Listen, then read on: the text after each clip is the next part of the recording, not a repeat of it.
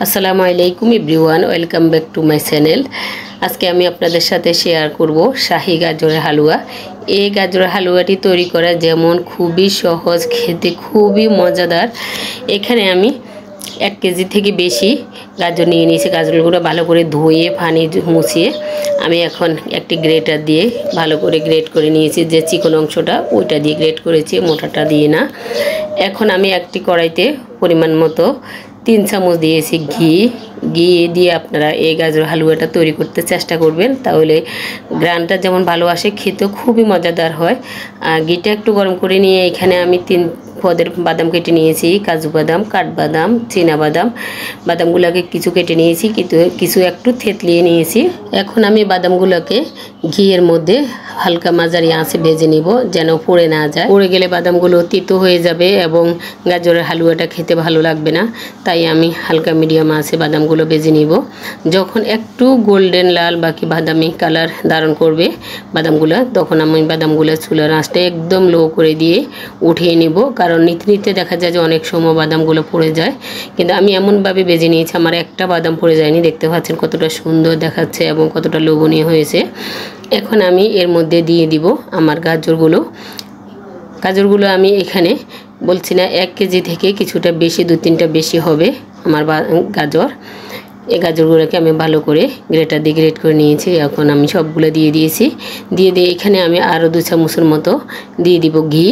দিয়ে এখন আমি হালকা মাঝারি আছে গাজর হালুয়ার জন্য গাজরগুলোকে আস্তে আস্তে নেড়ে নিব। কিছুক্ষণ আপনি ঘিয়ের মধ্যে এইভাবে ভেজে নিতে চেষ্টা করবেন, যাতে এতে করে মানে গাজরের যে একটা স্মেল থাকে ওটা লাগবে না। এরপর এতে আমি প্রথমে দিয়েছি 1/2 কাপ চিনি, আর মিষ্টি স্বাদের ব্যালেন্সের জন্য দিয়েছি কিছুটা লবণ। দিয়ে আমি এখন আবার কিছুক্ষণ নেড়ে ছেড়ে নিব, কারণ আমি চাচ্ছিলাম যে মিষ্টিটা একদম কম হোক।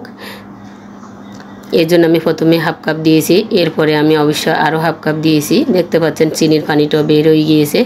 আর এখন আমি জাল দিয়ে রেখেছিলাম দুধ, ওই দুধের সহ আমি 1 কাপের মতো দিয়ে দিয়েছি দুধ। এখানে আমি কোনো পানি ইউজ করব না গাজরের হালুয়াটা রান্না করার জন্য। এরপর এইভাবে আমি আস্তে আস্তে চুলার আঁচটা মিডিয়াম লো রেখে চিনির যে পানিটা বের হয়েছে ওই পানিটা আর দুধের মধ্যে গাজরের হালুয়াটা রান্না করে নিব।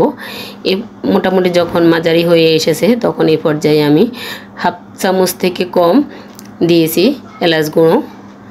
এলাচ গুঁড়োটা দিয়ে ভালো করে মিশিয়ে নিয়ে আমি আরও বেশ কিছুক্ষণ নেড়ে নিব, যাতে করে যে পানিটা এবং দুধটা, চিনির পানিটা এবং দুধটা দিয়েছি ওটা যেন সম্পূর্ণ বের হয়ে যায়, যেন তেলের উপর ভাজা ভাজা থাকে। এইভাবে আমি আস্তে আস্তে নেড়ে নিব। দেখতে পাচ্ছেন আমার নিচের মধ্যে পানি নেই। এখন যেই তেলের উঠেছে ওইটা তেলের বুদবুদ। এই পর্যায়ে আমি দিয়ে দিব বাদামগুলো। আপনারা এইভাবে তৈরি করে নিতে পারেন গাজর হালুয়াটা। দেখতে পাবেন ছোট বড় সবাই খুব পছন্দ করবে এই হালুয়াটা। এখন আমার মোটামুটি গাজর হালুয়াটা হয়ে এসেছে। এই পর্যায়ে আমি 1/2 কাপের মতো দিয়ে দিব গুঁড়ো দুধ। আর এই পর্যায়ে যখন আপনার গাজর হালুয়াটা হয়ে আসবে তখন আপনি এই গুঁড়ো দুধটা এবং 2-3 চামচ ঘি দিতে চেষ্টা করবেন। এতে করে দুধের মানে গুঁড়ো দুধটা আপনার একটু গোটা গোটা থাকবে, মানে দাঁতের নিচে পড়বে, খেতে খুবই মজাদার লাগবে। আর যে ঘিটা দিয়েছি এবং গুঁড়ো দুধটা একসাথে দিয়েছি, এটা দেওয়ার কারণে দুটো একসঙ্গে মিশে মানে একটি মাওয়া তৈরি হবে। আপনার গাজরের হালুয়াটা খেতে অসাধারণ লাগবে। আপনি এইভাবে ট্রাই করে দেখতে পারেন। ঈদে বা অন্য কোনো অতিথি আপ্যায়নে ডেজার্ট হিসেবে রাখতে পারেন এই গাজরের হালুয়াটি। এই শাহী গাজর হালুয়াটি আপনি যে কোনো সময়, এখন তো গাজরের সিজন, যে কোনো সময় ঝটপট তৈরি করে নিতে পারেন। আমি চুলার আঁচটা একদম শেষ পর্যায়ে একটু বাড়িয়ে দিয়েছি, যাতে করে নিচের দিকের কোনো পানি থাকলে বাকি মানে একদম যেন শুকনো হয়ে যায়। এইভাবে একটু চুলাটা বাড়িয়ে দিয়ে নিয়েছি। আর আমি এখন লবণটা হালকা ছেঁকে দেখেছি যে সব কিছু পারফেক্ট হয়েছে কিনা।